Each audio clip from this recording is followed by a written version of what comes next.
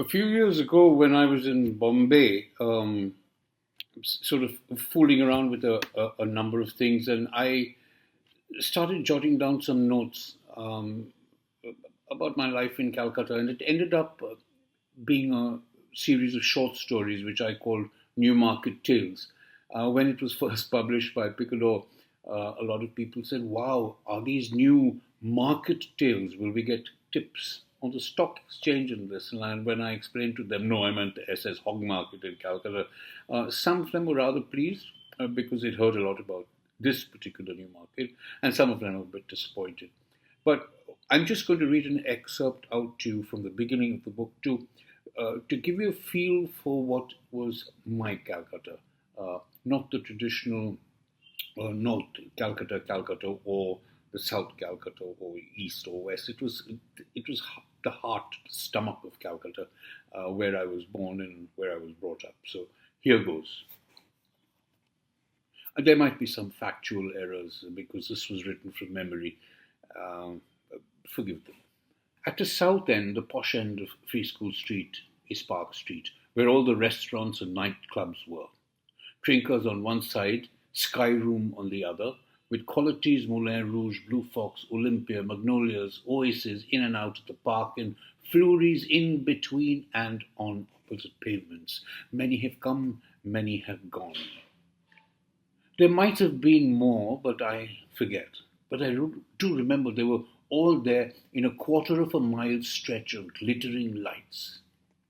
We used to watch the patrons going in and out of the clubs and restaurants. We were too young and couldn't really afford them then. Often we'd watch the nightclub artists going on and drool.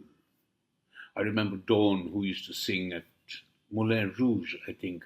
She was advertised as Deadly Dawn on the posters.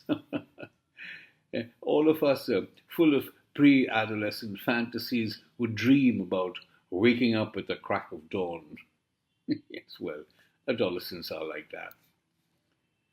At the other end of Free School Street was Corporation Street, which, not surprisingly, housed the offices of the Calcutta Municipal Corporation in a gigantic Victorian edifice that smelt of old files, stale sweat, and fresh piss.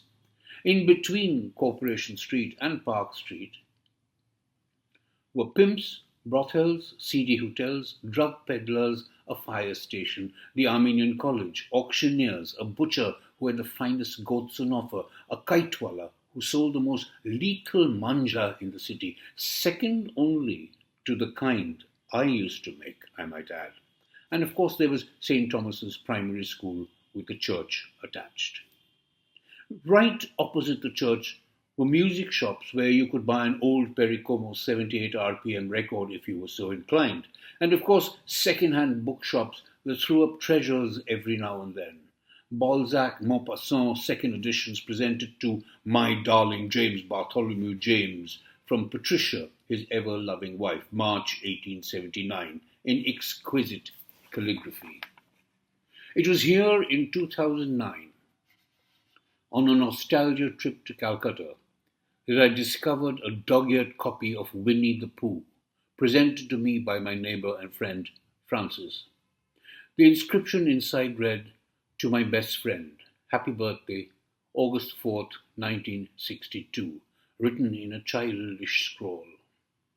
Someone in my absence, a caretaker or a friend perhaps, had been raiding the overflowing bookshelves of my unoccupied home, selling my books.